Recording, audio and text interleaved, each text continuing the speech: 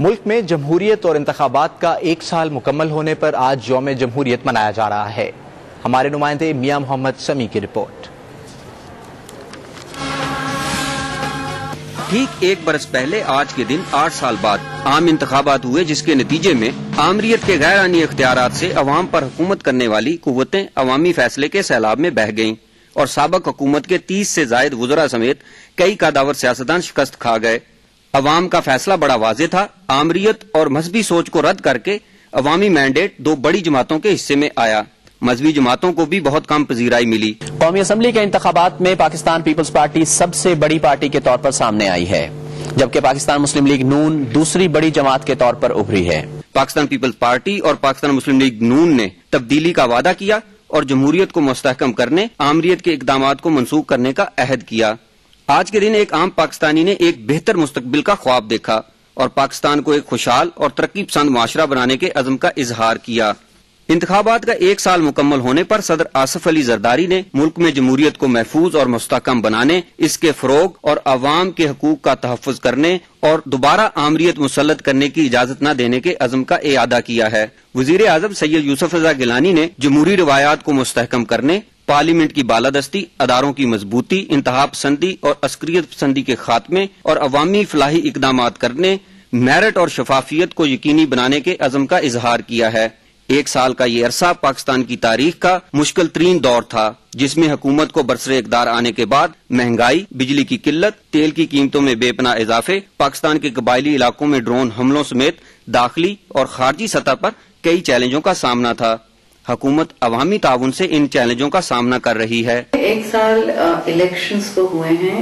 عام انتخابات پاکستان میں ایک طویل آمریت کے دور کے بعد کروانا کوئی آسان کام نہیں تھا، اور محترمہ شہید کی ہی قربانیاں تھیں، فہم و فراست تھی ان کی۔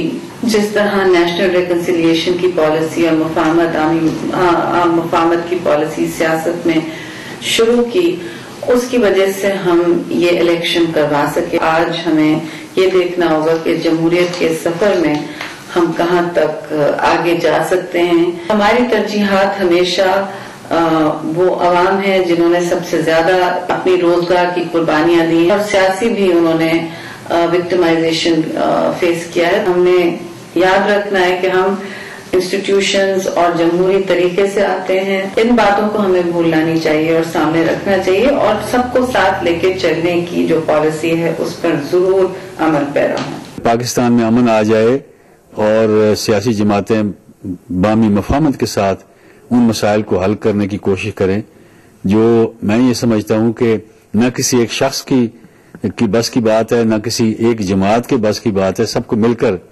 ان چیلنجز کا مقابلہ کرنا ہوگا، اور یہ اسی صورت میں ہو سکتا ہے کہ ملک کے اندر انصاف ہو، عام لوگوں کے مسائل کی طرف توجہ دی جائے، اسے ایجنڈا رکھا جائے۔ کمٹمنٹ تو ہے، پولیٹیکل ول بھی ہے، لیکن اب کچھ سرٹن سٹیپس لینے کی ضرورت ہے اس کی طرف، اور یہ 1 سال جو ہے تو اس میں کافی ٹربیولنٹ سال رہا ہے آئی وڈ سے کہ لیکن میں عوام کی بھی شکر گزار ہوں، کیونکہ انہوں نے دیکھا کہ ایک ڈکٹیٹرشپ سے جب انسان نکلتا ہے تو یہ ٹربولنسز کا سامنا ضرور ہوتا ہے۔ بجلی پانی کے مسئلے کو حل ہونے میں تو وقت لگے گا، مہنگائی بھی 2 دنوں میں کم نہیں ہو سکتی۔